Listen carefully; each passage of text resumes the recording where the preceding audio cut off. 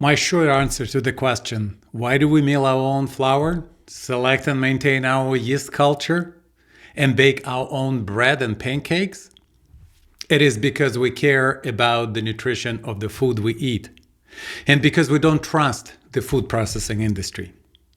I am George. Welcome to Telvia. In this first episode of the series, I will share with you our whole grain milling at home journey.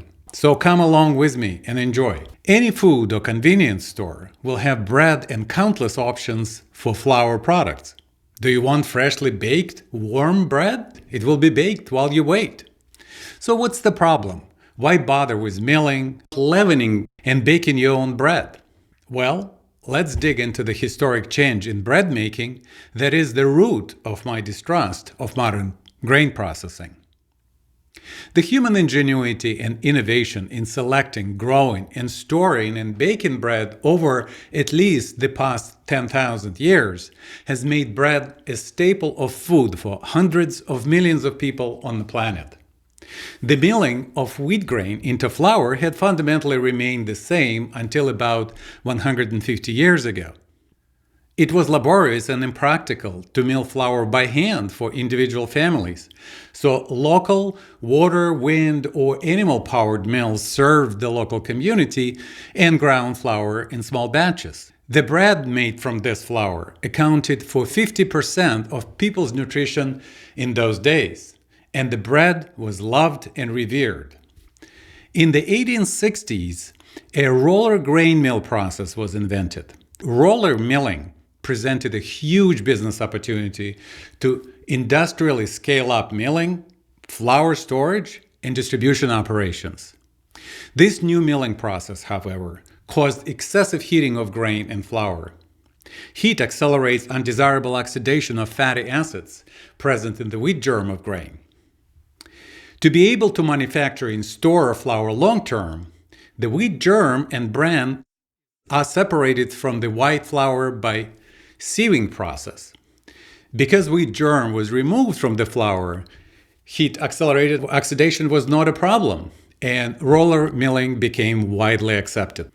It became possible to store new white flour for up to 30 years. Well, later it was found that separating bran and wheat germ removes important nutritional components from flour.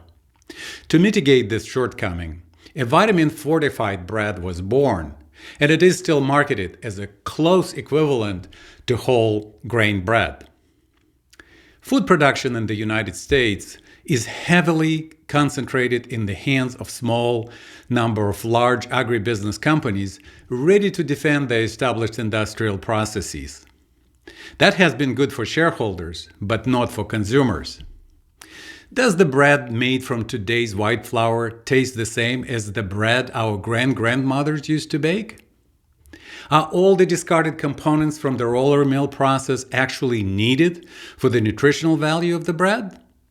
The scientific research required to answer this question is expensive and may be limited by current science methodologies. When we don't know everything that is responsible for bread's nutritional value, it's difficult to identify what to look for or add back as fortification. Perhaps we should listen to our own smell, taste, and how our gut responds to food we choose to eat, instead of believing glitzy marketing promotions by mega corporations. Personally, I don't like commercially made bread. It does not taste right to me. With new scientific evidence that our health is directly related to our gut microbiome, and with new questions about nutritional value of white flour, my wife and I decided to master our own bread making approach using whole grain of organically grown wheat. Researching milling grain at home, I found that most grain mills also generate high heat during the milling process. Since the heating of flour during milling accelerates oxidation of fatty acids into harmful and rancid tasting peroxides, I looked into if someone had solved this problem.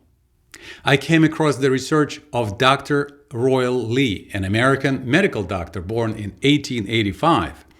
Though he was called the Einstein of nutrition, Dr. Lee designed and engineered a grain milling process that avoided excessive heating of grain and flour during the milling process. His design allowed milling of whole flour without separating bran and germ components. Lee Engineering Company started commercial manufacturing of the grain mill for home use in 1949. Its successor, Royal Lee Organics, still manufactures an improved version of this grain mill today using Dr. Lee's design. It is an expensive product, but I decided to give it a try. It does look like something that came from 1950s, heavy, solid, and sometimes quirky to use.